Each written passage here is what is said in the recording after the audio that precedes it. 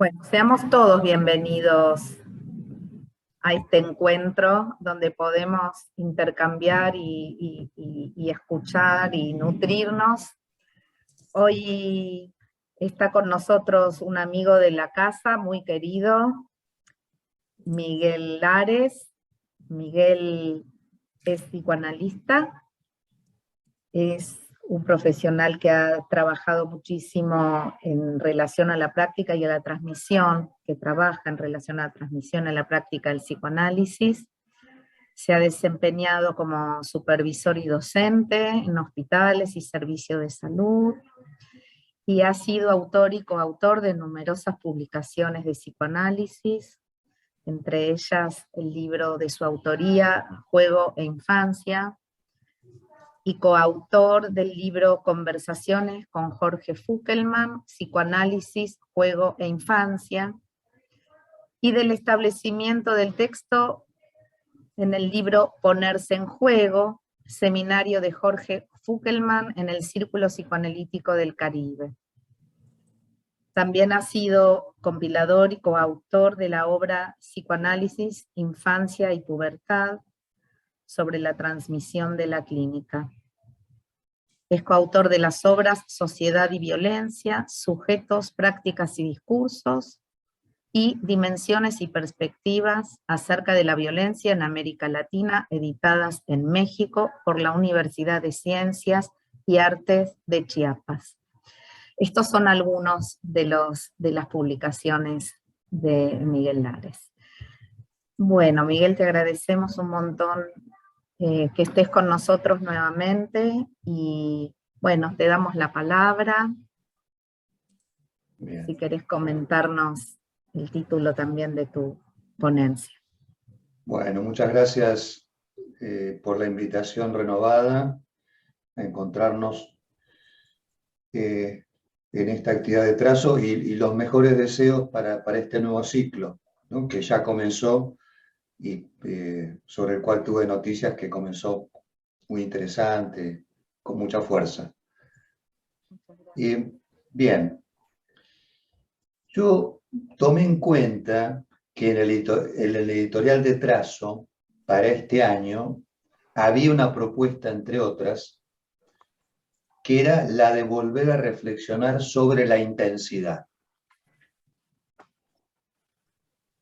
Y me resultó muy interesante la editorial que me pasó Débora, que escribieron ustedes, porque en esa editorial ustedes proponen que desde la intensidad actual que estamos viviendo,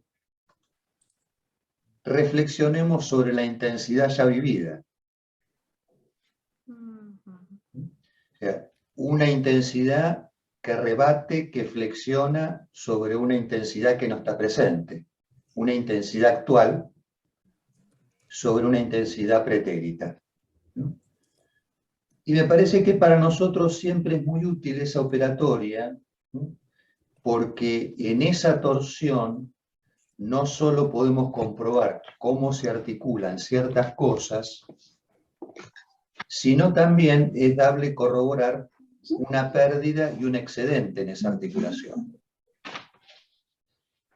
Algo que queda en menos y algo que queda en más. En ese espacio que queda entre lo que está en menos y lo que está en más, en ese lugar que no es ni aquí ni allá, y que es efecto de una articulación, es ahí donde solemos ubicar el sujeto que recibimos en el consultorio. El sujeto que especifica el psicoanálisis, es decir, el sujeto del inconsciente. Entonces, sobre intensidades que flexionan unas sobre las otras, les voy a contar una anécdota de consultorio. No es improbable que la haya contado en trazo en alguna de las reuniones que tuvimos en Boedo, cuando estábamos todos de cuerpo presente. Y pido disculpas por el término cuerpo presente porque suena un poquito funerario, ¿no? Como misa de cuerpo presente. Bueno, pero añoramos ese encuentro personal, ¿no es cierto? en Boedo. Pero enhorabuena que podemos encontrarnos aquí. En fin, cuento la anécdota. Hace muchos años atrás había recibido la consulta de un nenito de 6 años, la consulta de los padres, preocupados porque este nenito de 6 años se hacía pis en la cama. Y como había empezado la primaria y se venían acontecimientos, ¿no? Como ir a la casa de un amiguito, ir de campamento con el colegio, los padres estaban preocupados por esta enuresis, que era sobre todo nocturna. Bueno, con este nenito, iniciado el tratamiento, nos ponemos a jugar al fútbol con cierto fervor. Y en algún momento del partido, yo me agacho a levantar la pelota con la que estábamos jugando, y el pibito, aprovechando mi postura agachada, me pega una formidable patada en el culo. ¿No? Pero un voleo tan bien dado que me voltea como si yo fuera un muñeco que queda revolcado en el piso de manera bastante ridícula. Ustedes imaginen la escena. Claro, intensidad en juego, ¿no? Es el título de mi charla. Cuando lo miré al pibito, el rostro era una mezcla de asombro y de susto, ¿no? La expresión del chico. Y mi gesto, yo creo que reflejado en la cara de él, era también como de sorpresa. Bueno, esa patada en el culo me ha dado mucho que pensar. Y me sigue dando que pensar. De hecho, se lo estoy comentando ahora, casi creo que 35 años después. Con lo cual es una patada en el culo que va atravesando distintas épocas, ¿no? Y seguramente esa patada en el culo me seguirá acompañando en lo que me queda de vida. Y probablemente trascienda mi existencia la patada en el culo. Imagínense dentro de 50 años, en una versión recargada de trazo, ¿no? Colegas del futuro quizás hagan de esa patada en el culo un matema. Bien, pero por ahora puedo decirles que, entre otros innumerables déficits míos como analista, me di cuenta, luego de ese puntapié en cuestión, que en ese caso había un pique muy puntual en mi reflexión sobre algo particular, ¿no? O sea, algo que yo había omitido en la reflexión sobre ese juego con el nene, y era el objeto pelota. Yo me había concentrado mucho en los personajes que estaban jugando, pero había descuidado la reflexión sobre este objeto pelota.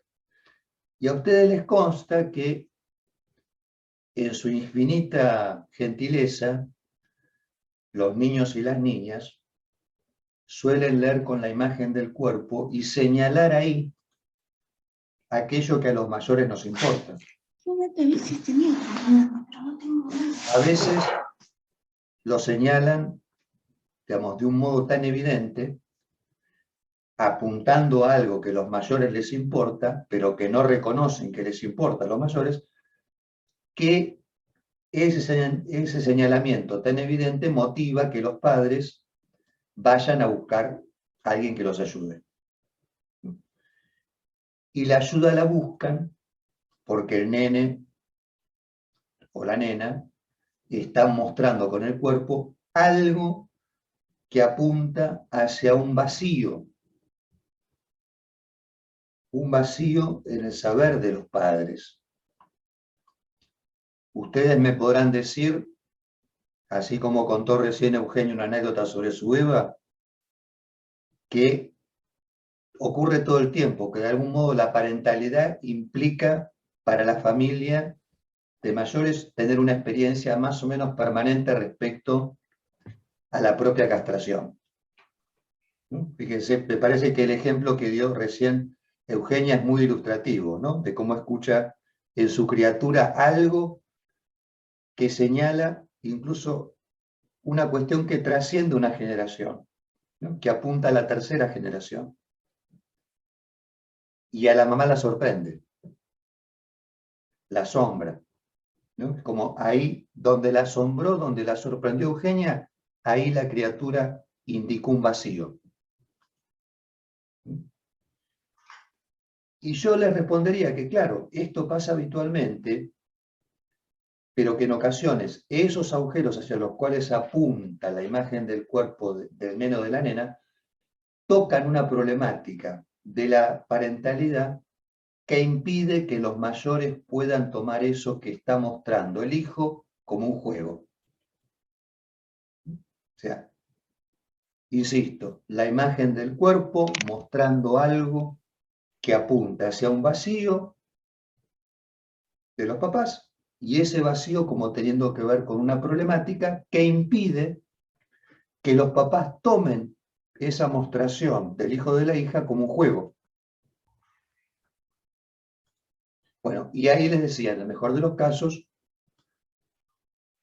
llegan para pedir una consulta, y nos consultan ¿por qué? Porque se supone que quienes se dedican al psicoanálisis, y acá incluyo a los que están reunidos aquí, sean psicomotricistas, terapeutas ocupacionales, psicopedagogos, porque yo entiendo que los que están sumados a atraso tienen una ética en la escucha, con lo cual puedo decir psicoanalistas y no me equivoco al pensar que todos están aportando esa escucha cuando reciben la consulta.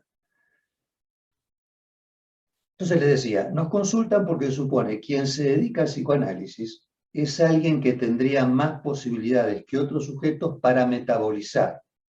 ¿Qué? Para metabolizar los objetos que se presentaron en lo que estaba mostrando el hijo o la hija y que los padres no pudieron metabolizar como de jugando. Cuando los papás consultan, aunque no lo sepan, es para lograr que el juego se restablezca. Y que en ese restablecimiento se reconstruya tanto la escena lúdica como aquello que queda por fuera de la situación de juego.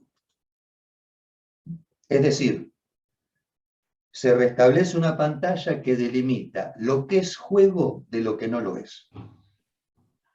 Con esto quiero decir que cuando antes los padres no estaban pudiendo leer eso como juego, esa delimitación queda también un poco diluida entre lo que es juego y lo que no es juego.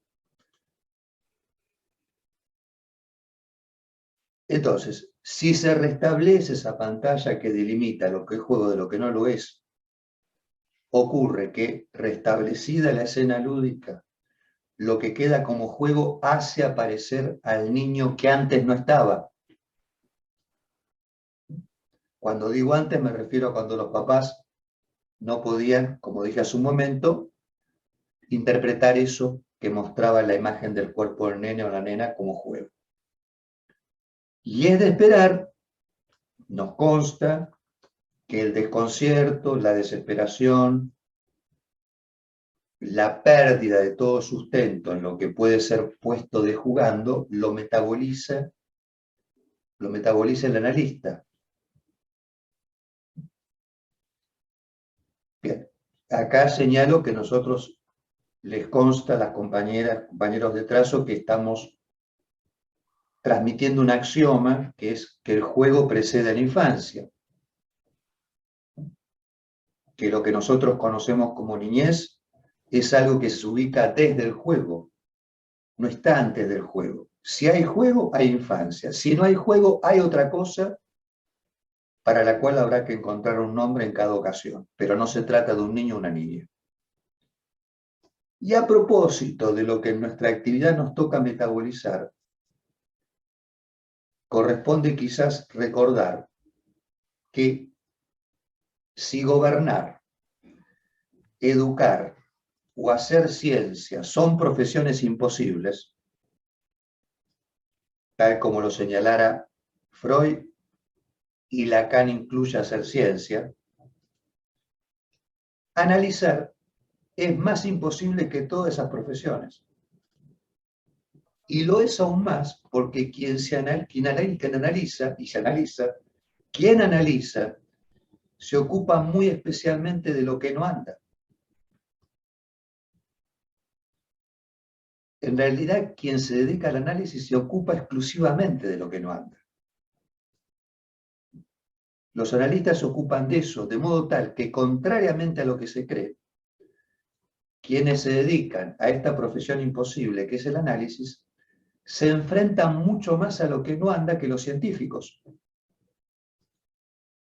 Porque solo se ocupan de eso, de lo que no anda. Entonces, si en el caso de las consultas por un niño o una niña, nosotros nos ofrecemos a metabolizar eso que no anda, Jorge Fuckelman lo decía de esta manera: los padres vienen con un vacío y uno lo que tiene para aportar ese vacío es una falta, la falta propia, en la esperanza de que esa falta circunscriba al vacío. Pero justamente lo que tenemos para aportar es una falta en saber, que es un saber que no se realizó aún. Entonces, si en el caso de las consultas infantiles nosotros nos ofrecemos a metabolizar eso que no anda, lo que no anda puede pasar a ser de jugando, con lo que esto puede implicar de poner las cosas que no andan en el plano de la representación. E implicada la representación, ¿no?, lo que eso representa en una articulación de un significante para otro significante, un deslizamiento simbólico, o sea, el juego nuevamente puesto en función que pasa a organizarse en el plano de la representación. A mí me gusta pensar esa escena que queda restablecida, escena lúdica, como la que delimita eso que ya no es y lo que aún no es. Lo que queda delimitado entre lo que ya no es y lo que aún no es. Porque, por ejemplo, los objetos que forman parte del juego, que puede ser cualquier cosa puede entrar en el plano del juego, esos objetos ya no son lo que eran antes del juego. Pero aún no son lo que podrían ser. Hay algo de ellos que están aún desrealizado, que no termina de realizarse. Por eso los objetos ponen en juego las ganas de seguir jugando. Porque los objetos no llegan a realizarse tampoco.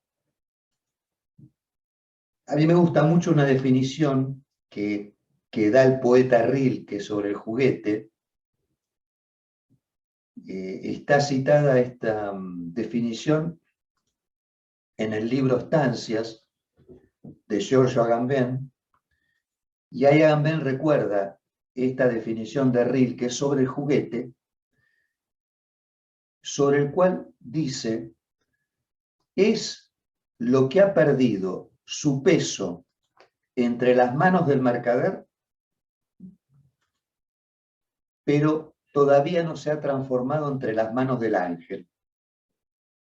Fíjense qué linda definición esa del juguete, ¿no? Porque de algún modo eso que ha perdido su peso entre las manos del mercader atañe a algo que no tiene valor en el mercado de intercambiabilidad, no es intercambiable en el mercado, ¿no? Está en otra dimensión. Pero todavía, digamos, no se transformó entre las manos del ángel porque sigue siendo tangible eso, ¿no? Y los nenes y las nenas, se podría decir que también ya no son lo que eran antes del juego. Porque quizás antes del juego probablemente eran, es decir, meros objetos de la satisfacción parental. Pero aún no son lo que el deseo del jugar motoriza, es decir, grandes. Entonces ahí también se podría decir que los niños y las niñas están en esa dimensión de lo que ya no es, pero de lo que aún no es.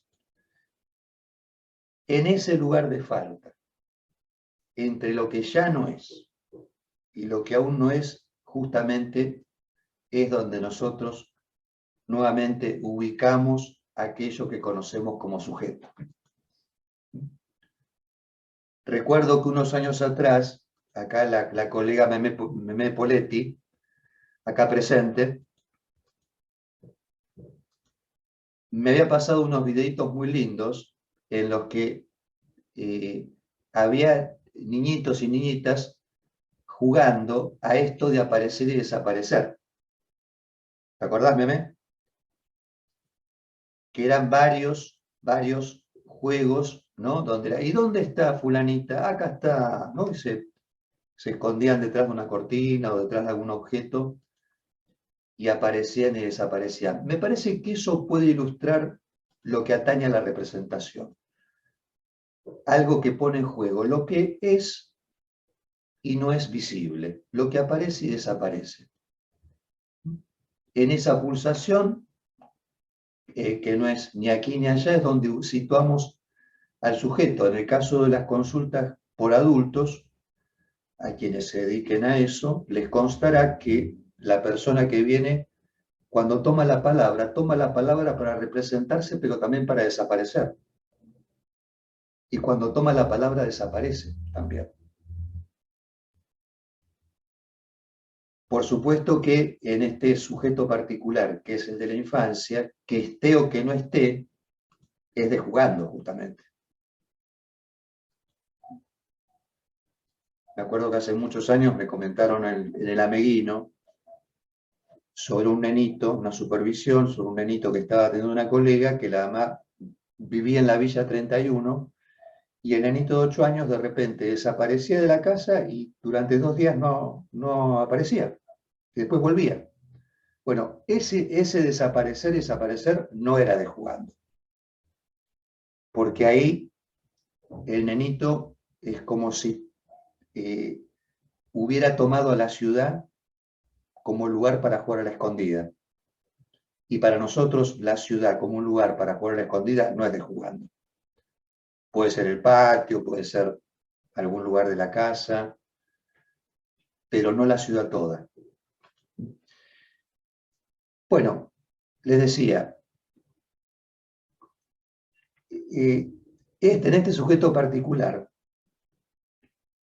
cuando no es de jugando, lo que podemos hacer es, a costa de nosotros mismos, reconstruir ese juego de modo tal que el nene en cuestión no sea una pelota que está peloteada de aquí para allá, sino que esté jugando ahí a algo que esté peloteado, aun cuando ese peloteado sea el analista.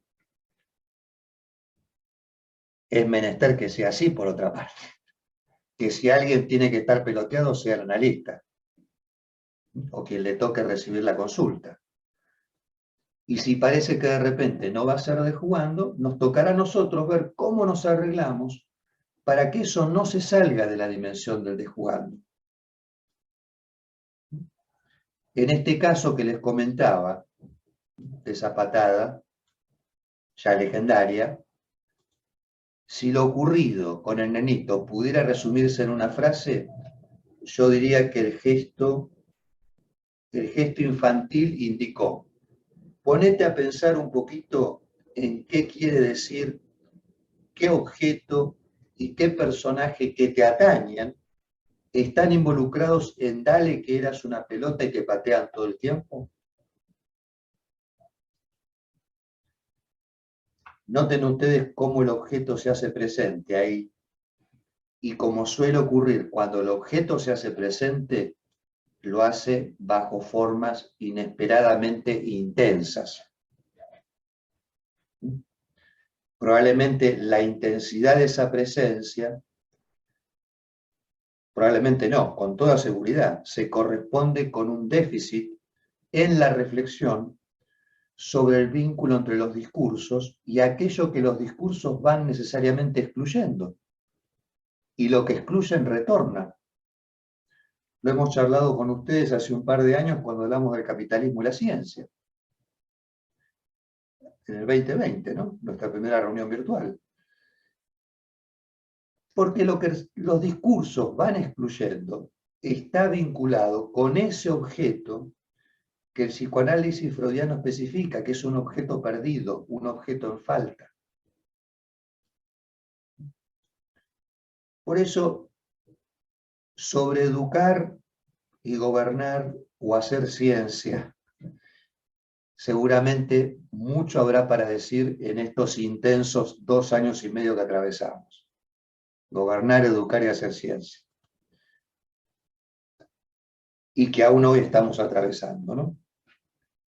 Y a propósito de esto, recordaba un contacto que Lacan tuvo con la prensa italiana en Roma en 1974, porque me parece que vino muy al pie, en mi recuerdo, de algo que atañe a nuestra actualidad, porque ahí en esa conferencia de prensa, Lacan decía que los biólogos, los físicos, los químicos, son esos viejos niños con guardapolvos almidonados que están allí en sus laboratorios asépticos y recién en ese momento, estamos en 1974, dice Lacan, están comenzando a preguntarse recién ahora si por acaso lo que terminarán aportando con sus investigaciones siempre novedosas no se encamina a destruir el universo que conocemos.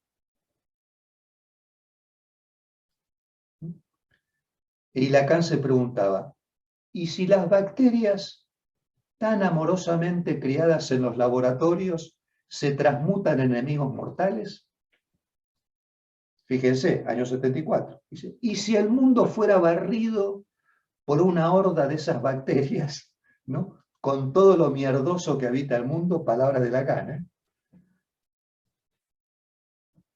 Dice, por todo lo mierdoso que habita el mundo, dice, comenzando por los científicos, dice Lacan ahí, ¿no? Estoy citando a Lacan. Bueno, yo les decía que quienes se dedican al análisis se ocupan de lo que no anda, de lo que no funciona. Eso que hace obstáculo a la vida de las personas. Ahora, fíjense que hay una paradoja ahí, ¿no? Porque lo que no anda, lo que no funciona, lo que hace de obstáculo a la vida de las personas, está sobre todo en las personas mismas. Pero por otra parte, y aquí viene la paradoja también, eso que no anda, eso que no funciona, que hace de obstáculo a la vida, es lo que también es aquello que resulta una evidencia de que las personas están vivas. Noten qué paradoja, lo que no anda, lo que no funciona está dentro nuestro. Y es un obstáculo, es un impedimento, se plantea y se presenta a veces con esta connotación de lo que no anda, pero justamente es también una evidencia de que estamos vivos. Eso que vuelve siempre al mismo lugar, ¿no? Eso que tiene una presentación en el consultorio, ¿no? Como algo que es un inextinguible retorno de lo mismo y que confronta permanentemente con lo imposible. Pero atención, porque acá el psicoanálisis propone algo distinto a lo que proponen los científicos. Porque los científicos proponen algo así como que no hay nada de imposible en lo real. Y lo que el psicoanálisis propone es que lo real y lo imposible son antitéticos, no pueden estar juntos. Y el análisis, en una adecuada orientación, empuja al sujeto hacia el imposible. Le sugiere considerar el mundo como es verdaderamente, es decir, imaginario y sin ningún sentido. Hacia ahí empujamos en el análisis. Ustedes y yo habitualmente escuchamos que hay que darle un sentido a esto y a aquello, ¿no? A los propios pensamientos, a las aspiraciones, ¿no? A los deseos, al sexo, a la vida, ¿no? Y no faltan ofertas para proporcionar sentido. Abundan. Pero si hay algo sobre lo cual el psicoanálisis ha puesto blanco sobre negro, es que de la vida no sabemos nada de nada. Justamente esa vida sobre la cual los científicos no dejan de querer explicar, explicaciones que no dejan de generar efectos de exclusión. ¿Qué resulta esto? Y un gran riesgo, ¿no? Y es que la ciencia se vaya pareciendo cada vez más a una suerte de religión. Una religión oscura, oscurantista, algo que a mi modesto parecer ya está ocurriendo. Ustedes podrán decirme que el psicoanálisis, el discurso psicoanalítico, también genera efectos de exclusión. Por supuesto que sí. El discurso psicoanalítico también genera efectos de exclusión. Pero la peculiaridad de este discurso, el psicoanálisis, es que posibilita volver una y otra vez hacia lo que va quedando excluido. A costa de ustedes, a costa nuestra. ¿No? Se podría decir que, a diferencia del discurso que gobierna, que el que educa o hace ciencia, el discurso analítico permite poner en cuestión incluso aquello que determina su discurso. Y acá podemos coincidir con Freud y con Lacan, que hoy, más que nunca, y a nivel global, no importa la bandería política, no importa la zona del planeta, la gente que educa, que gobierna, no tienen la menor idea de lo que están haciendo. Si nosotros pensamos que hacer, digamos, tener idea de lo que uno está haciendo es poder reflexionar sobre lo que determina el discurso de lo que hacemos. Justamente, no tienen la menor idea de lo que están haciendo porque están impedidos de advertir qué condiciona el discurso que los determina. ¿Cómo opera el psicoanálisis? Bueno, admitiendo que en el decir o en el jugar siempre hay un no todo en juego. Un no todo que alude a un querer decir. Un querer decir que no llega a realizarse, o sea, una imposibilidad siempre ahí puesta de manifiesto. Pero es en esa imposibilidad que se manifiesta en el decir mismo, que es donde podemos tocar algo de lo que no anda, no hacer touché a lo que no anda. Y lo sepamos o no, quienes nos dedicamos a esta profesión, afrontamos permanentemente la imposibilidad. E incluso es nuestra tarea no impedir que de manera constante las cosas toquen ese límite de la imposibilidad. Con lo cual, uno podría decir, si hay un modelo para la actividad nuestra, no es un modelo muy glamoroso. Es el modelo que representa la caída, el desperdicio, el desecho, el residuo, el resto. No cualquiera, por supuesto, ¿no? Porque les decía hace un ratito que la idea que tenemos sobre el objeto es que se trata de un objeto que está en falta, que es un objeto que no es intercambiable y que por ser un objeto en falta, ahí se ubica una marca. En este momento yo podría invitarlos a que miremos un poquito más de cerca esas marcas y cómo la subjetividad es el modo en que una persona representa el mundo y cómo se representa esta persona en ese mundo. Pero esto nos va a llevar mucho más tiempo que el que hemos acordado y no queremos restar tiempo justamente a lo más interesante, que es lo que podamos conversar ahora cuando yo termine de hablar con ustedes en esto que tenía para transmitir. Solo voy a agregar una cosa, ¿no? Algo sobre esta suerte de debate que en el 2020, en el 2021 y aún en el 2022 nos viene atravesando, ¿no? Porque hay una pregunta que con toda legitimidad ha circulado en estos años, dos últimos años, respecto a que si es posible el psicoanálisis de modo virtual, sin la presencia de los cuerpos del analista y paciente en la misma habitación. Bien. Es una pregunta que a mí me hizo recordar otra que circulaba en algunas décadas atrás, y acá colegas la van a recordar, me hizo acordar a otra pregunta, que era, ¿se acuerdan cuando nos preguntamos, ¿es posible o no es posible el psicoanálisis en las instituciones? Si hemos hablado sobre esto, ¿no? Después se dejó de hablar, pero hablamos un montón. De algún modo se esgrimía que la institución representaba un dispositivo distinto, ¿no? Distinto al consultorio particular. A mí ese debate siempre me causó un poquito de gracia, porque lo que esa pregunta daba por sentado es que el psicoanálisis era posible en el consultorio.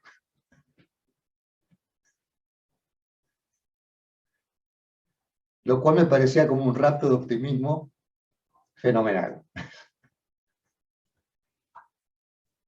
Bueno, sobre el debate actual, el discurso analítico es el lazo social determinado por la práctica de un análisis. Ahí tenemos una definición de examen, si quieren, ¿no?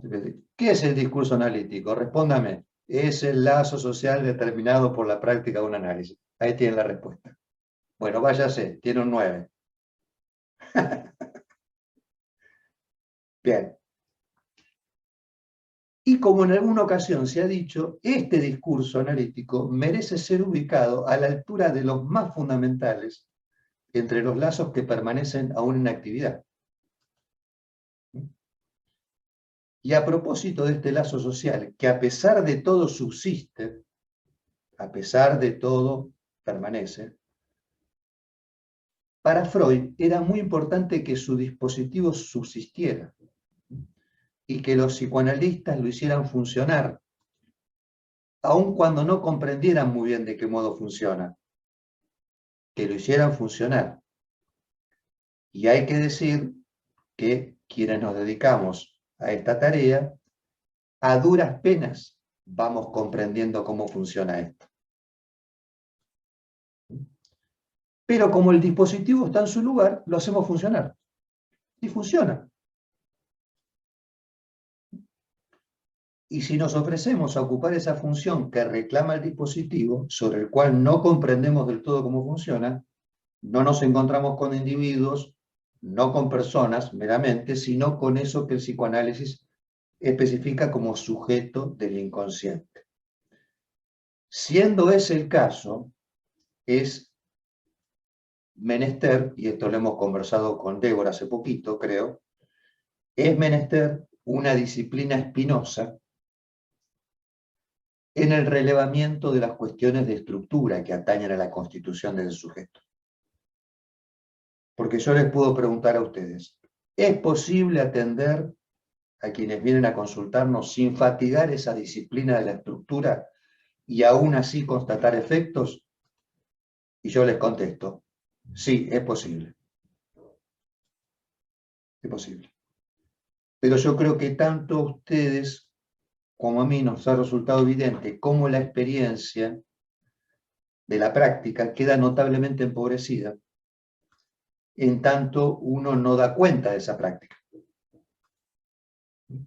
Y dar cuenta de esa práctica justamente implica un relevamiento permanente de las cuestiones de estructura en su juntura con el caso por caso. O sea, algo que de un modo u otro siempre se orienta hacia lo imposible. Para mí, les diría, aún hoy sigue siendo una labor permanente intentar descifrar de qué modo funciona este dispositivo. Tanto en lo estructural como en el caso a caso, ¿no? Por supuesto. Bueno, Por otra parte, creo que hemos tenido pruebas de efectos que se constatan en ese dispositivo, incluso a través de medios no presenciales. Aún sin la presencia en el mismo espacio de los que participan. Yo creo que una atenta y dedicada escucha, ¿no?, que pone en juego justamente ese saber en falta, una escucha más dispuesta a escuchar las articulaciones que los sentidos, una lectura e inscripción de lo escuchado, seguramente no va a dejar de tener efectos interesantes y constatables. Yo puedo aportar acá algunas reflexiones inconclusas, que son más bien preguntas. Porque yo creo que la consulta remota lo que nos invita a reflexionar más bien es qué implica la presencia del analista.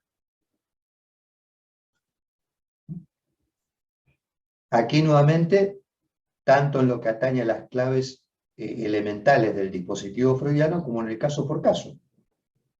Es una pregunta que se renueva. ¿Qué implica la presencia del analista? Porque se podría decir que el sujeto en la entrada del análisis se ubica de un modo parecido al que hacíamos referencia cuando hablábamos del juego, ¿no? Se ubica entre lo que ya no es y lo que aún no es. Ahí se ubica el sujeto, cuando llega. Cuando toma la palabra, ya no es, porque ya no es lo que le pasa, es lo que dice respecto a lo que le pasa. Entonces ya no es lo que le está pasando. Y aún no es, porque entendemos que cuando habla pone en juego un saber irrealizado, un saber que tendrá, que aún no es. Entre lo que ya no es y lo que aún no es, fíjense que ahí se pone en juego algo del pasado y del futuro.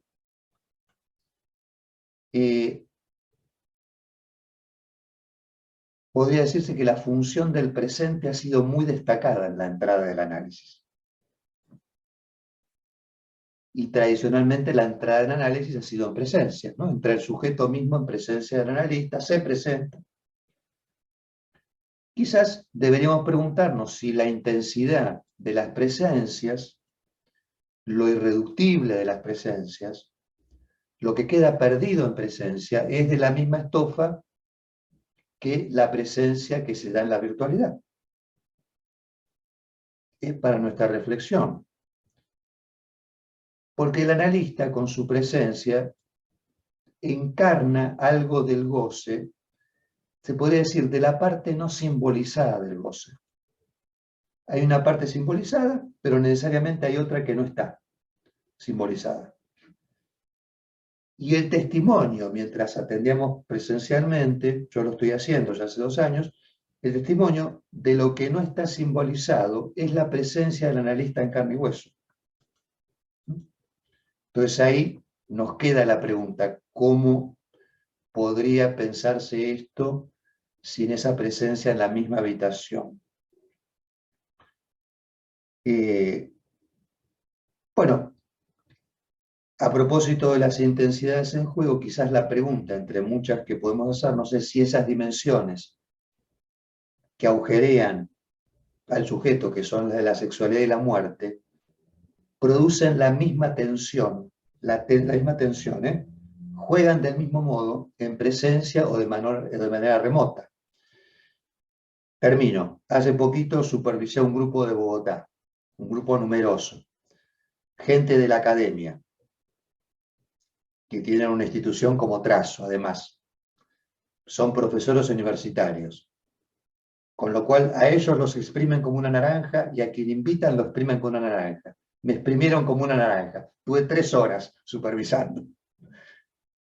7, 8, 9 viñetas clínicas. Bueno, muy interesante. Pero me quedé con muchas reflexiones en ese encuentro, pero sobre todo algo que dijo un colega que estaba atendiendo por teléfono a un señor y de repente él se quedaba en silencio. Y el señor le decía, oiga, ¿está ahí? Y él decía, claro, qué distinto juega el silencio por teléfono que en presencia. Y yo le decía, claro, está ahí, es lo que nos preguntamos siempre, ¿estamos ahí o no estamos ahí? Es una pregunta que nos hacemos habitualmente. Bueno, hasta acá lo que quería comentarles hoy. Bueno, si les parece, abrimos. No sé si ustedes suelen hacer un break o siguen de largo. Siguen de largo. Bueno, a lo Bogotá, entonces, vamos, sigamos de largo. No, no te vamos a exprimir, Miguel. Es un ratito. No, bueno, sí, nosotros abrimos a que ahora el que quiera hacer comentarios. A ver, acá Eugenia nos manda por chat una pregunta. eh, ¿Querés que te la leo yo? Dice, Miguel, si podés reiterar esa suerte de relación que hacía entre presencia y tiempo presente.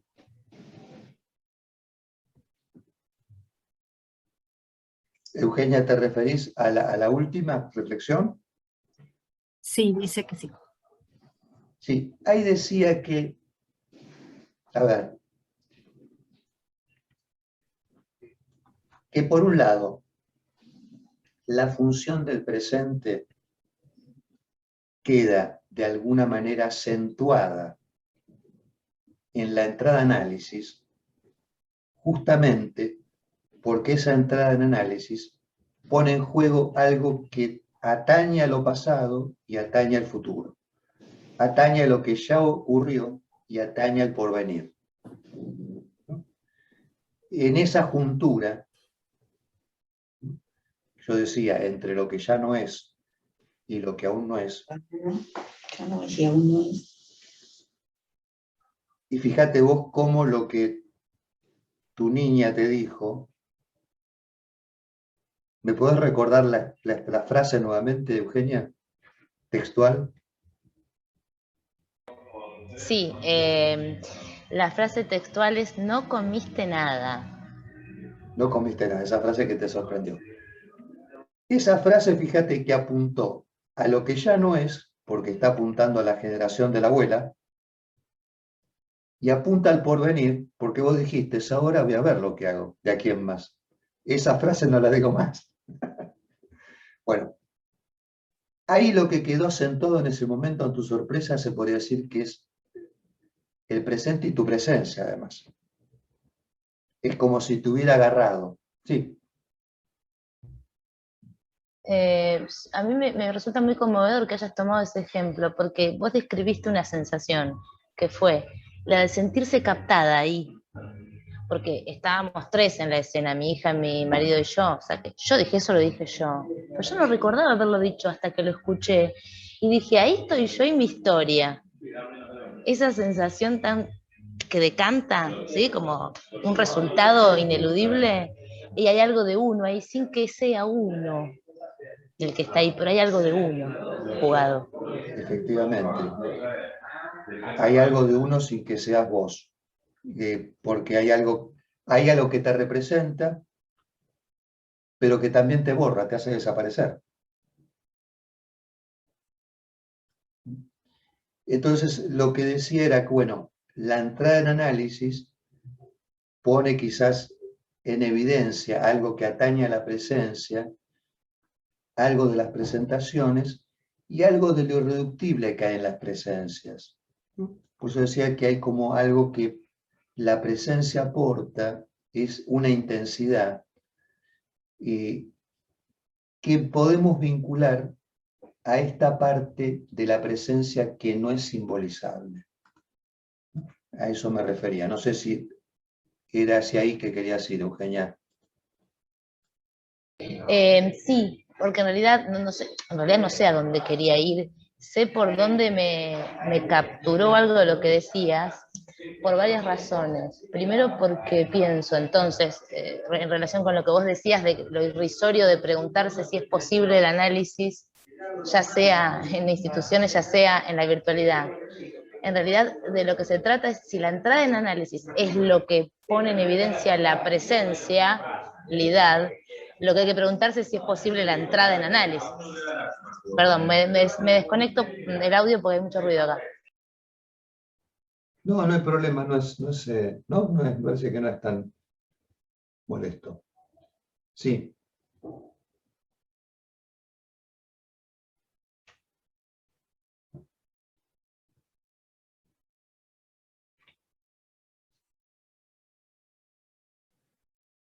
A mí me quedó la misma pregunta respecto de entre lo que ya no es y lo que aún no es, tanto para el juego.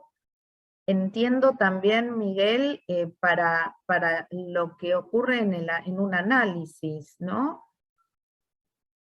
Incluso en el ejemplo que traía Eugenia con su niña, entre lo que ya no es y lo que aún no es, pero hay una intensidad en ese entre, y esa intensidad presente, porque la intensidad es presente en un punto, ¿no? Lo sentimos en nuestro cuerpo, lo sentimos, existe. Entonces, me preguntaba qué lugar para el presente, en esta temporalidad tan particular con la que operamos, o que nos opera a nosotros, lo que operamos en el trabajo analítico de ambos lados del mostrador. ¿Cuál es el lugar para el presente? Si esa intensidad que se juega es una intensidad, como vos decías, tanto que da cuenta de que estamos vivos, pero también padecemos esa intensidad, ¿no? En ese entre, ¿no? Entonces, ¿cómo distinguir esa intensidad que padecemos de esa intensidad que nos da la sensación de vivir? Y que nos da ganas de seguir, digamos, viviendo, ¿no? Porque hay una intensidad que se padece y que es mejor acotar, digamos, y hay otra intensidad que es la intensidad que habitamos cuando estamos amando, disfrutando, viviendo, ¿no? Con todos los sentidos que por suerte también le podemos dar a eso, ¿no? Entonces, bueno, no sé, pensaba eso, el lugar de ese presente entre esas dos faltas, digamos, lo que ya no es y lo que aún no es, o esa falta, no sé cómo llamarlo, el lugar del presente, el lugar de esa intensidad en ese presente, y cómo horadar algo de esa intensidad para que sea una intensidad productiva y no una intensidad que nos mande al muere, digamos. A mí me parece que entre muchos capítulos que abriste, Débora, hay uno que es relativo al amor, que por ahí puede ser una propuesta para atrás o el año que viene, ¿no? Digamos, cómo se ubica ahí el amor en lo que entendemos como un mediador, ¿no? Algo que hace condescender el goce al campo del deseo, en una forma, digamos, benévola, como vos bien describías. Yo escuchándote, mira, me acordé de cómo termina Conversaciones con Jorge Fuckelman, la última pregunta que le hacemos a Jorge,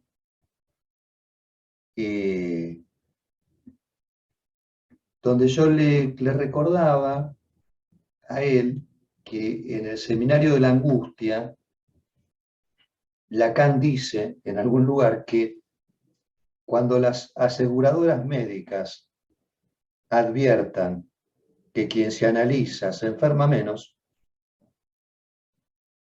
van a tener que repensar los valores de las coberturas. Y él respondía que sí, que recordaba el párrafo, que hacía referencia a algo así como a las pequeñas enfermedades, quizás, bueno, esas cosas que impiden que la gente vaya a trabajar, a veces. Y él se preguntaba, ¿en qué clase de mercado podría insertarse el psicoanálisis? ¿No? ¿Qué tipo de mercado es aquel en el cual podrían insertarse los psicoanalistas? Bueno, por lo pronto dice, requiere del mercado globalizado. Pero en ese mercado globalizado hay cierto tipo de relación que no vale como mercancía, así como no se evocaba la imagen de Rilke, ¿no? Sobre eso que pierde peso entre las manos del mercader, pero no se transforma aún entre las manos del ángel. Entonces, hay cierto tipo de relación que no vale como mercancía. Hay cierto tipo de intercambio que en relación con lo que se pone en juego en un psicoanálisis no entra como valor de cambio. Ahora, esto lleva a preguntarse, ¿para qué sirve un psicoanálisis?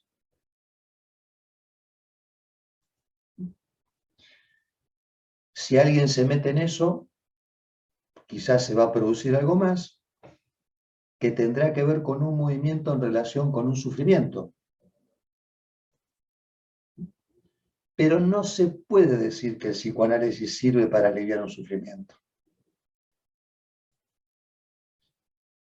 Acá cito casi textualmente a Jorge. Él decía, en todo caso podrá servir para situarse de otro modo respecto al sufrimiento, para que se sufra de otra manera, ¿no? Para que se tome nota de que allí donde se sufre sucede algo más.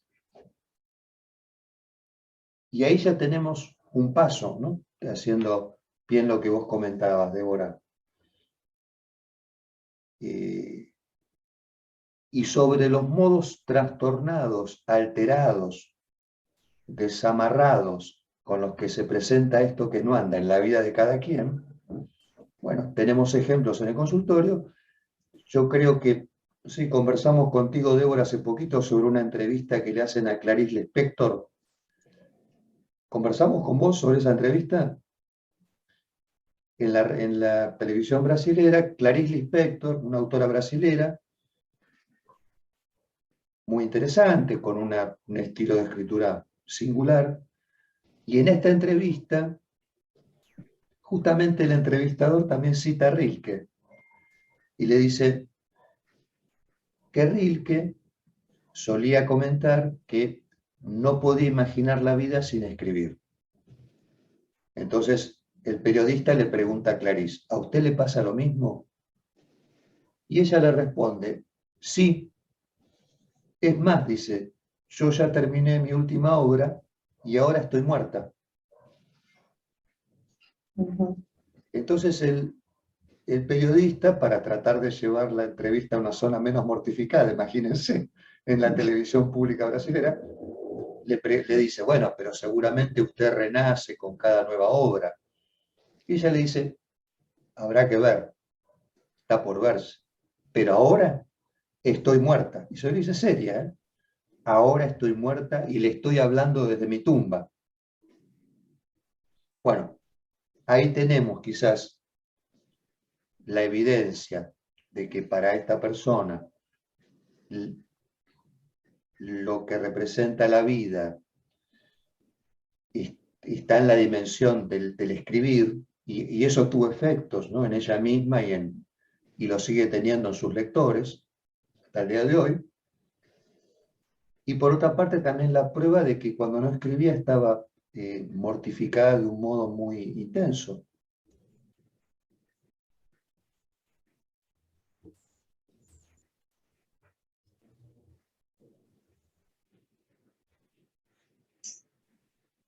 Así que no aliviamos el sufrimiento. Wow. No se escuchó lo que dijiste, Debbie. No importa, después. No, están Silvia Silvia. y Euge levantando la mano, sí. Silvi. Gracias, Miguel. Bueno, un montón de temas, ¿no? Pero te quería preguntar respecto de cuando dijiste que a propósito de cómo las explicaciones de la ciencia generan efectos de exclusión, y dijiste el psicoanálisis también. ¿Podrías aclarar a qué te referías? Lo de la ciencia lo entiendo, lo otro quizás no quiero entenderlo, o a dónde vamos. Y no sé si recordarás, Silvia, este famoso programa de televisión en el que filmaron a Lacan durante 1 hora y media, él detrás de su escritorio, respondiendo a las preguntas de alguien que lo interpelaba. En esa emisión, él comienza diciendo así: digo siempre la verdad. Así comienza, ¿no? Un modo espectacular. Yo digo siempre la verdad, no toda, Ujú. porque decirla toda no se logra. Es materialmente imposible. Faltan las palabras. Pero justamente por ese imposible es que algo queda tocado en lo real. Ujú. Ahí está haciendo referencia de que en lo que decimos, algo siempre queda, sin decir que queda en un plano del querer decir, en una potencialidad. Eso que va quedando excluido en el decir mismo es aquello sobre lo cual no dejamos de volver. Es decir, lo que va quedando excluido necesariamente en un análisis. Lo que es un medio decir, sobre el cual yo suscribo el estilo de intervención que sea más bien oracular y enigmático, que no es sencillo, que es el más difícil, pero que también representa un medio decir. Mm. Porque si es un medio decir, algo ahí seguramente queda tocado, en esa imposibilidad que se pone en juego de manera permanente en un análisis. A eso nos referíamos, sobre que en este dispositivo, justamente, no dejamos de generar efectos de exclusión porque forman parte de la propuesta, pero también permitimos, posibilitamos volver una y otra vez, ¿no? Como si fuera un bucle sobre eso que no termina de decirse y que apunta a un querer decir. Y que apunta también como a algo que se pierde, porque quien toma la palabra para perder. Tomar la palabra es una pérdida de goce, pero también es un goce que se manifiesta excedente, ¿no? El análisis ahí permite una articulación entre lo perdido y el excedente. Digo, porque Débora hacía referencia, sufrimiento, padecimiento, dolor, ¿no? Sobre el cual puede expresarse un sujeto. Pero cuando toma la palabra ya no es el dolor, el sufrimiento o el padecimiento, es lo que dice sobre el dolor, es lo que dice sobre el sufrimiento. Entonces ahí ya hay una pérdida al tomar la palabra. Y hay un excedente, porque nosotros no dejamos de preguntarnos, es qué se satisface en esta persona diciendo lo que dice de esa manera y contándonos esta historia, porque ahí nosotros suponemos que algo está satisfaciendo. Entonces hay un excedente ahí, hay un goce también ahí que se presenta como un plus. Y una nota a pie de página. Acá quienes están presentes tienen que curarse de la culpa. Me incluyo. Nos tenemos que curar de la culpa. ¿De qué culpa? De que nosotros cobramos porque el otro trabaja.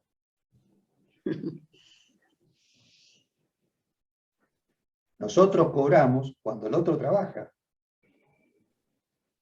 Por supuesto que nosotros después, fuera de la consulta, hacemos un montón de cosas que permiten que sostengamos esa posición de apropiarnos con dinero del excedente que el otro genera, ¿no? Es una forma de plusvalía lo que nosotros ponemos en juego, pero para un objeto que no es intercambiable.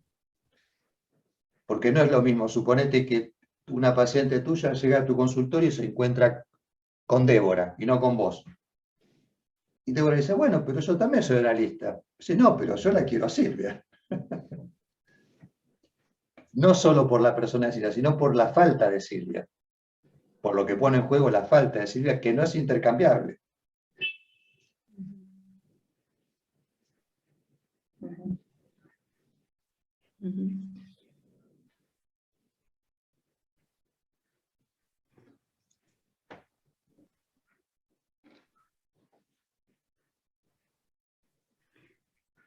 voy a decir algo más de lo que me sugiere lo que estabas diciendo. Porque vos decías, bueno, estas intervenciones, digamos, enigmáticas o que dejan abierto el medio, ¿no? El medio decir. Ahora, pensando en el trabajo con los niños, y no solo con los niños, digamos, también veníamos diciendo en esta época, ¿no? Cuando el trabajo por lo simbólico, porque entiendo que a eso te referías, no siempre es posible, aunque, bueno, no, en ese trabajo que se va realizando en un análisis, si estamos hablando de adultos o de adolescentes, intenta que algo se puede ir representando en ese sentido, ¿no? Pero pensando en los niños, y en los niños a lo mejor más complicados, más perturbados, o los niños pequeños, o aquellos donde de lo que se trata justamente es de ir armando algo, de ir armando, como decíamos, de ir armando el nudo, que se trata, de eso se trata con los niños, que cada uno arme el suyo, y donde no siempre entramos por la cuerda de lo simbólico. ¿Cómo lo pensás vos esto? Mirá, la versión radicalizada del juego precede la infancia es que lo que está ocurriendo en el encuentro con esta criatura siempre es un juego, lo sepamos o no, sepamos de qué juego se trata o no, sepamos qué papel estamos jugando o no, nos entregamos a que eso es de jugando. Y esa entrega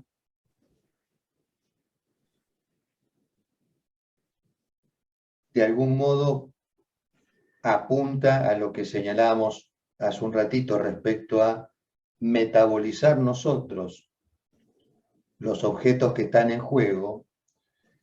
Por eso se podría decir que dependerá de cómo nosotros hayamos puesto en activo aquellos lugares o puntos de fijación en los cuales fuimos objetos de la satisfacción parental, como cualquier hijo de vecina, dependerá de cómo hayamos podido retomar en activo esos lugares, la oferta que hagamos nosotros como objetos. Se podría decir que en los casos más perturbados lo que pone en juego son nuestros objetos más primordiales. Pero la dificultad sigue estando del lado nuestro.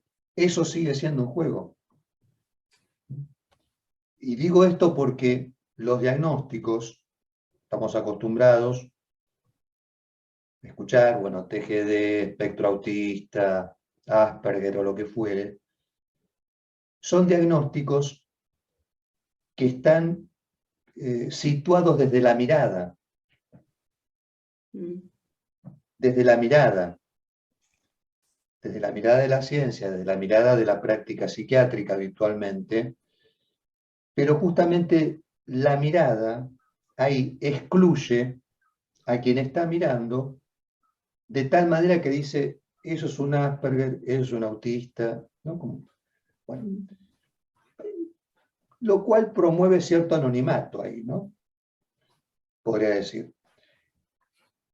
Pero si nosotros damos lugar a la voz, y no solo a la mirada, en la voz lo que ponemos en juego es qué quiere decir eso. Ahora, ¿qué quiere decir eso? Implica qué quiere decir para nosotros, con lo cual nosotros estamos incluidos en la escena, pasamos a formar parte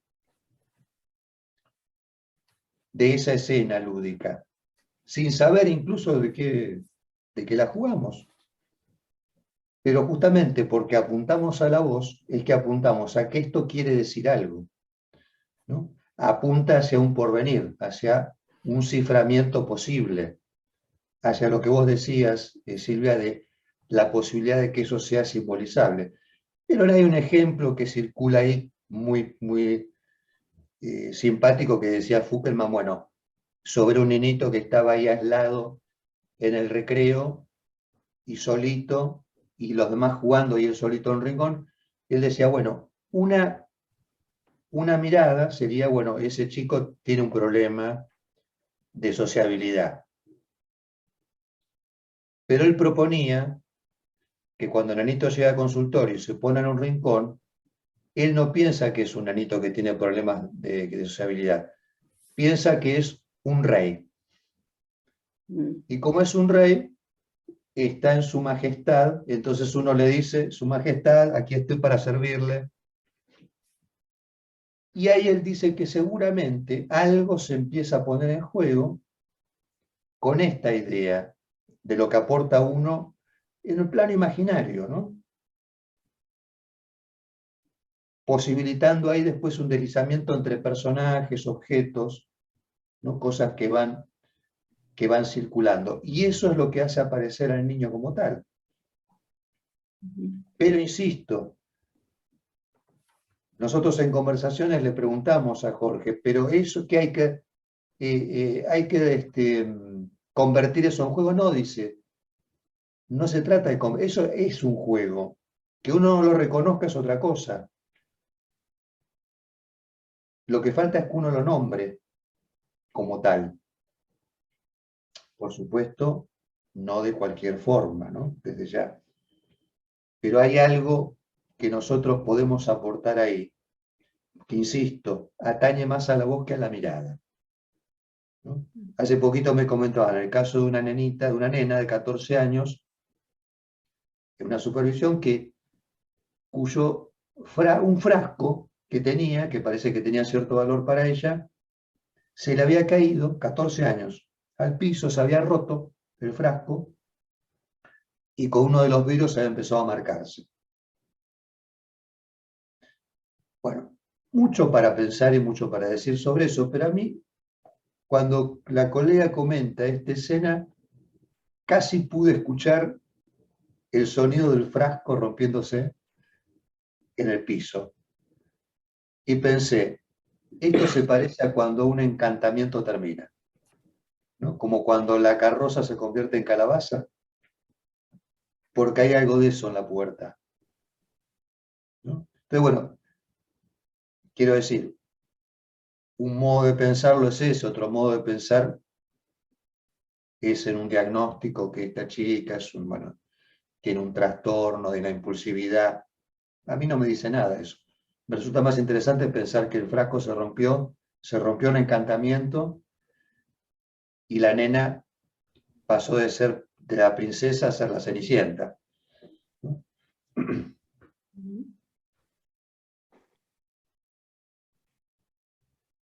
Debbie, vos habías pedido, ¿no? Me quedé pensando, el juego preexiste a la infancia, y en esta manera de pensarlo, de escuchar y de ver, sería, todo es juego. Es decir, no lo reconocemos, pero el chico este que está así durito, está jugando, pero solo que nadie está pudiendo leer que eso es un juego. Pero ¿cómo entonces pensamos la distinción entre lo que es juego y lo que no es juego? No, Ahí, no, sí. ¿No se perdón, escucha?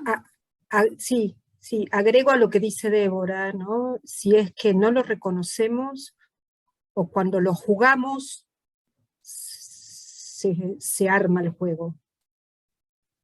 Porque mientras es tomado desde la mirada, queda sólido ahí, digamos, ¿no? En un diagnóstico o en...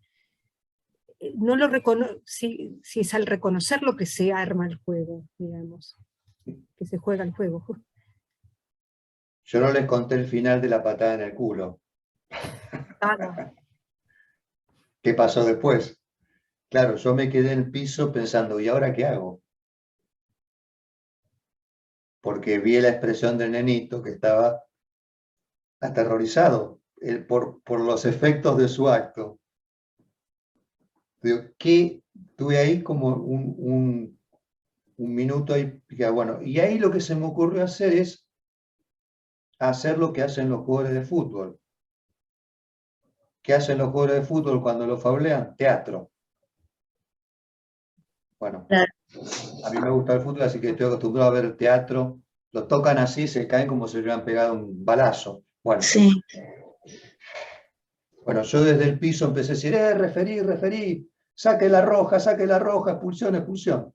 Y ahí pudimos retomar las riendas del juego. Lo que queda delimitado como no siendo juego es lo que nosotros entendemos como esas dimensiones de las cuales se hacen cargo los mayores, que son la sexualidad y la muerte.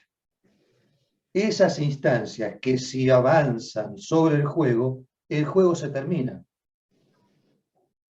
Y el juego se termina, lo que queda arrasado es la infancia.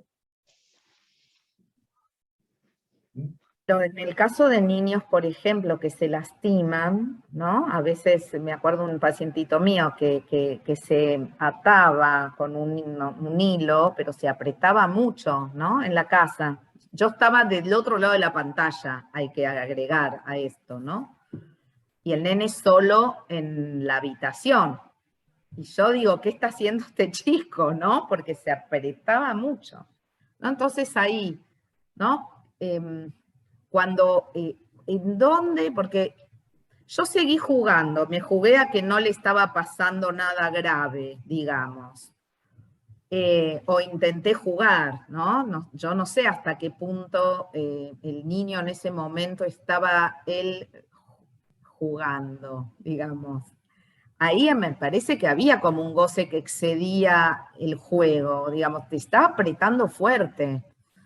Entonces, no sé, no había una escena muy armada tampoco, como, bueno, no sé, me ataron, me atraparon y estoy atrapado y no puedo salir. Era una cosa que sentía en su cuerpo, ¿no? Yo creo, no me acuerdo ahora bien la escena que dije yo, pero y es probable que en algún momento haya comentado algo respecto de, uy, no te duele, o algo por el estilo, ¿no? Pero ahí digo, nuevamente, ¿no? ¿Cómo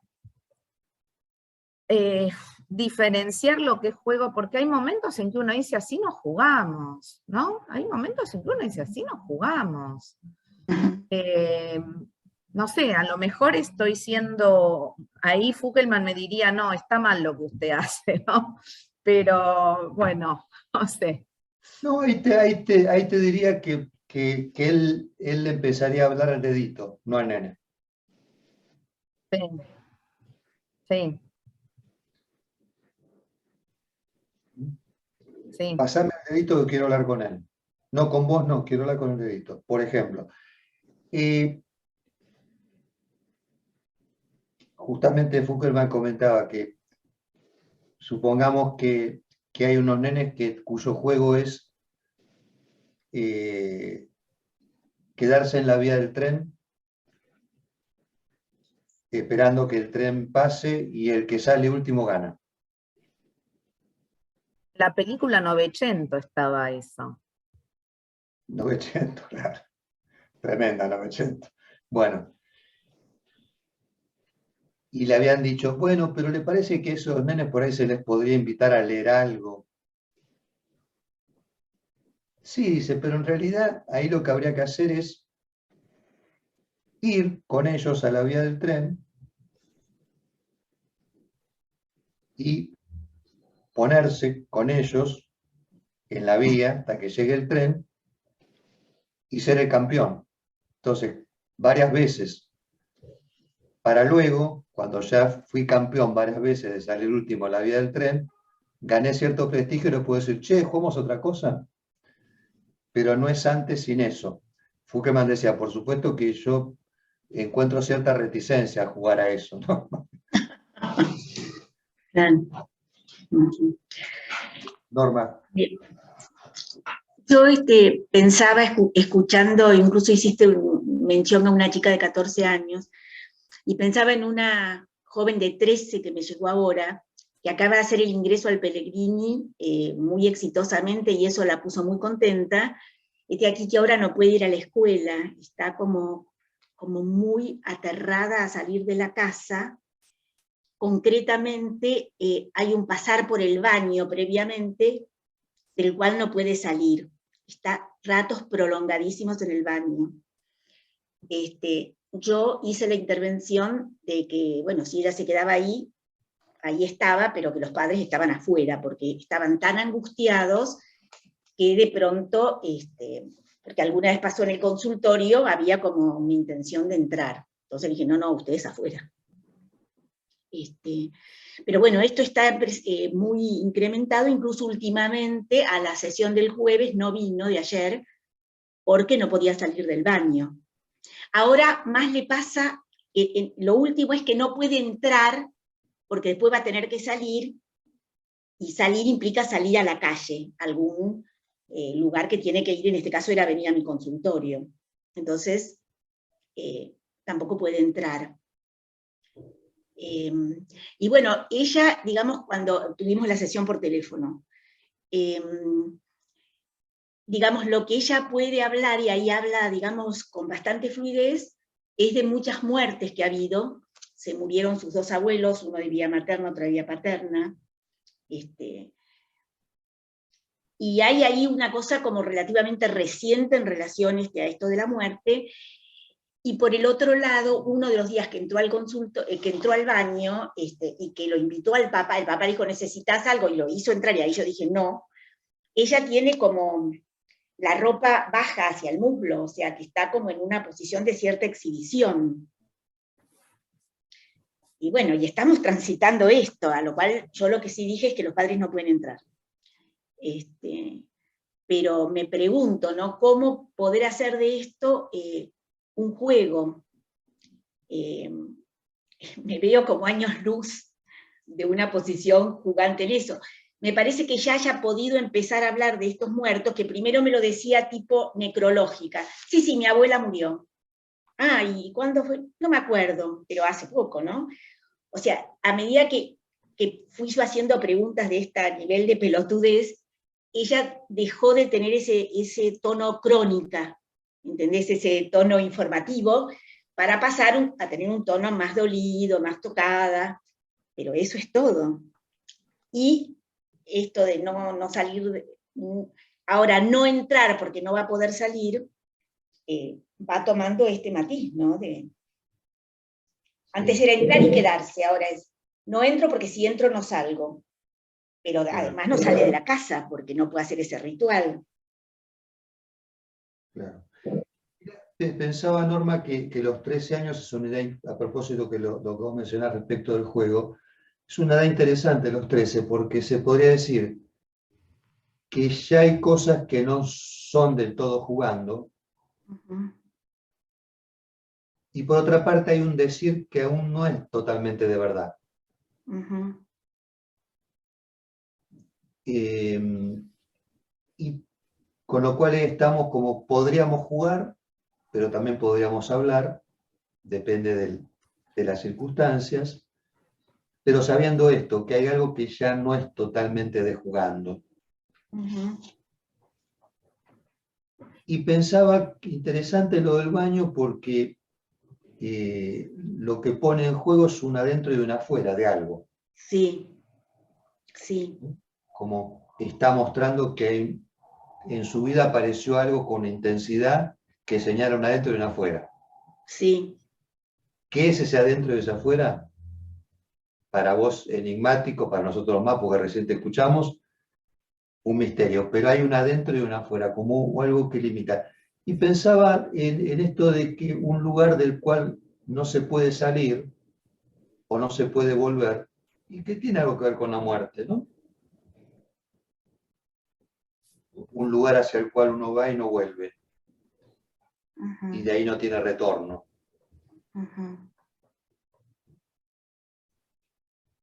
Pues me hizo acordar una película vieja que se llamaba Betelgeuse, que era una pareja que vivía en un pueblito bucólico, sí, un lugar así como muy pastoral, muy todo tono pastel, y que van al pueblito a comprar algo a la ferretería, y cuando vuelven tienen como un pequeño accidente con el auto, y cuando llegan a la casa empiezan a encontrar ciertos indicios que les dan a entender que están muertos, se murieron. Y cuando intentan salir de la casa no pueden. Es un lugar sin salida. Pero coincido contigo que ya comenzar a hablar y que incluso en un estilo que ya no es testimonial, ¿no? O como decías, de crónica, sino algo que va acercando más hacia el afecto de lo que dice, Sí. es muy interesante. Y sabés que evoqué, que no omití decírtelo, cuando empezaste a hablar evoqué, hace una cosa con el papel higiénico, que usa todo el rollo que hay, eso pasó en mi consultorio, ellos decían que usaba rollos y rollos de papel higiénico, y hace como paquetitos, que luego tira. Entonces ella se va después de 1 hora, que está, porque termina la sesión y entra al baño, y se queda muchísimo tiempo. Entonces el baño queda, el inodoro, inundado de esos paquetitos de papel higiénico, el rollo totalmente vacío. Y bueno, ¿qué es eso? Por ahora, a mí me constituye una gran pregunta, no sé. Pero es un elemento que omití decir. Claro. Sí, yo por ahí con los papelitos haría algún señalamiento respecto a lo que queda perdido, ¿no? Lo que ya no vuelve a ser como antes. ¿Qué cosas, no? Estas cosas que ya no son lo que eran y ya no vuelven a ser lo que eran. Claro. No hay manera de volver a poner el papel en el rollo porque ya está, ahí está algo perdido, ¿no? En esos paquetitos que se van. Que se van y no vuelven y no retornan, porque seguramente hay algo que vos estás pescando también respecto de cierta añoranza de la infancia. Pareciera, sí. ¿No? Como un tiempo perdido, un tiempo sobre el cual nosotros suponemos que esta chica va a empezar a flexionar hacia ese lugar, que es lo más propio, lo más personal, lo que la ha constituido, pero también lo más perdido, que es la infancia. Ella ya ha tenido hace un tiempo la menarca y parece que fue un hecho como biológicamente muy naturalmente tomado, lo digo entre comillas mías, ¿no? Como que no, bien, ella sabía, tenía toda la información, como que daba cátedra de eso, pero se me ocurre que es una cosa relativamente reciente, tiene 13 años, ahora no sé exactamente cuándo fue, pero porque a mí también algo, estos paquetitos, ¿no? Me evoca la cosa menárquica, pero no sé.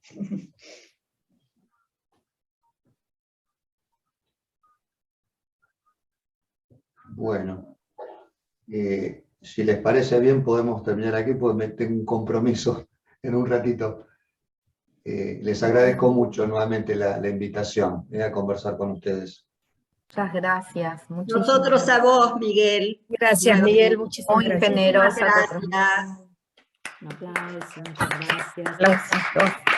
No, para ustedes. Gracias. Para atrás. Un gusto, nuevamente. Gracias. Un placer. Gusto. Gracias. Estamos en Antes- contacto. Gracias, Sí, Miguel. hasta luego. Seguimos. Para la casa, para la casa. Para la casa que es de todos. Exacto. Acá, en Bueno. este caso, el administrador es Bruno en este momento. Claro. Con Miguel compartimos el Zoom, por eso. Por eso. La plataforma. Eso. Estamos a medias. Buen fin de semana. Buen Gracias. fin de- Gracias. Antes que nos retiremos, el próximo encuentro es el 3 de 3 junio. de junio. Y vamos a tener nuestro encuentro de cine y psicoanálisis, en el que vamos a participar todos en un debate con una película que ya vamos a anunciar. En este fin de brevemente, en semana breve. anunciamos. Bueno, gracias. Gracias. Chao, Nora, gracias. Nora, Eugenia, gracias. Liliana, Chao, hasta luego, Chao. chicas, buenas Camila, noches. Chao, buenas Lilian. noches. Chao.